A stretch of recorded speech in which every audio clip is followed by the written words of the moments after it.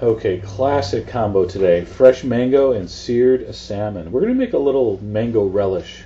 And I'm going to take a mango, some lime, and the secret ingredient, a red pepper, spicy red pepper ancho chili jam.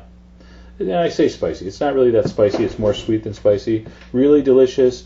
I'm going to tell you on the site where to find that. I bet it's at your supermarket, by the way. Maybe not that variety, but they have a lot of chili jams now, right in the same shelf as the raspberry and the blueberry.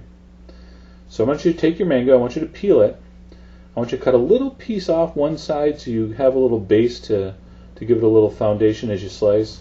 And as you know, if you've ever worked with a mango before, it has a really fibrous, tough, wide pit that goes like right through the middle. So take as many slices as you can get off one side. You might have to angle the knife. Alright, and as soon as you think you got as much as you can get off one side, just flip it over and do the other side. And again, you're not going to get all this off of here. You never do with a mango. Okay, so that was one side. Now again, I'm going to get one slice. That was easy. Two slices. That was pretty smooth. Now this third slice, you can actually start feeling the kind of tough pit. Alright, I can kind of start feeling those fibers. See that? And now I'm just going to kind of try to whittle as much as I can from the top and the bottom. And again, if you want to pick it up, just be real careful because it's slippery. But you can whittle actually a good amount off of the tops and bottoms of that. So anyway, bottom line, get as much as you can get without cutting yourself. And then I just want you to dice it up, I don't know, 1/8 inch, 1/4 inch pieces. Make them nice and square. Take your time. This is what makes the finished dish look nice and professional. There we go. Put that in a bowl. So when I was done, I think I probably had about 3/4 of a cup of mango altogether.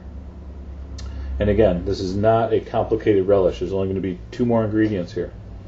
We're going to put some lime juice in here. Now I just used half a lime. I thought I was going to use it all, but that half was so juicy, that's all I needed. So a couple tablespoons of lime juice, and I'm putting 2 nice big spoons of my ancho, chili, and red pepper jam. And again, such a deep, delicious flavor. Just such a great ingredient. Something like that really makes, you throw it with a fresh tropical fruit like this, you have instant fancy gourmet relish. And I think what would be lovely in this as a final accent, some fresh cilantro chopped up, coriander for our English friends. And again, how small to dice this? I kind of want pieces about the same size as the mango. So I went with kind of a large chop there. Give that a mix, put that in the refrigerator till you're ready. You can do this ahead, but not too far ahead, maybe a half hour, probably just about right. Now we're going to take the skin off the salmon, you know the trick. Cut in from the base, just enough so you can hold the skin with your fingertips. And then slowly move the knife back and forth. Now the knife blade is angled towards the skin. See, that skin is really tough, it's like leather. If you angle it up, you're going to cut into the meat. So angle it down, that skin will peel right off. All right, trim it up, and there we go. Now I'm not going to go too nuts with the seasoning here because this relish is really flavorful on top. So just some sea salt. Now you don't see my hand. They're about 3 feet up in the air. When you season, put your hand up, okay? Because when you drip and drop and sprinkle that seasoning, it's going to disperse much better if you're up high. If you go real close, you get little clumps of seasoning. Just a little chef trick there. All right, get a non-stick pan up to the smoking point hot pan.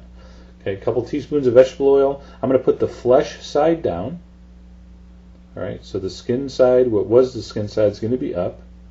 So flesh side down. Now the reason I'm using such a hot pan, that's a pretty thin piece of wild salmon there. I'm literally going 2 minutes before I flip it. All right, I don't like to overcook my salmon. I like mine medium.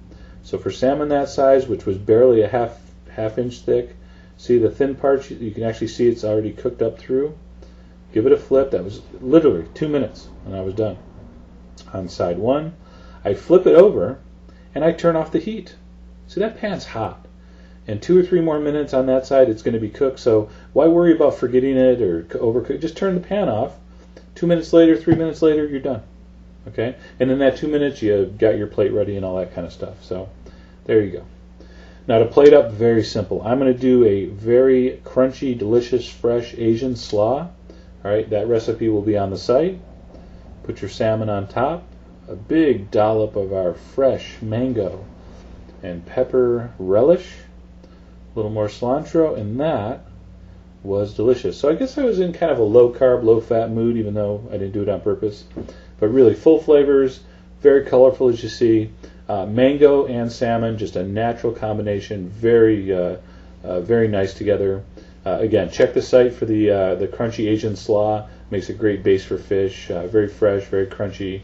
Got some daikon sprouts in there. And anyway, that's a nice little light dish for you. I hope you enjoy.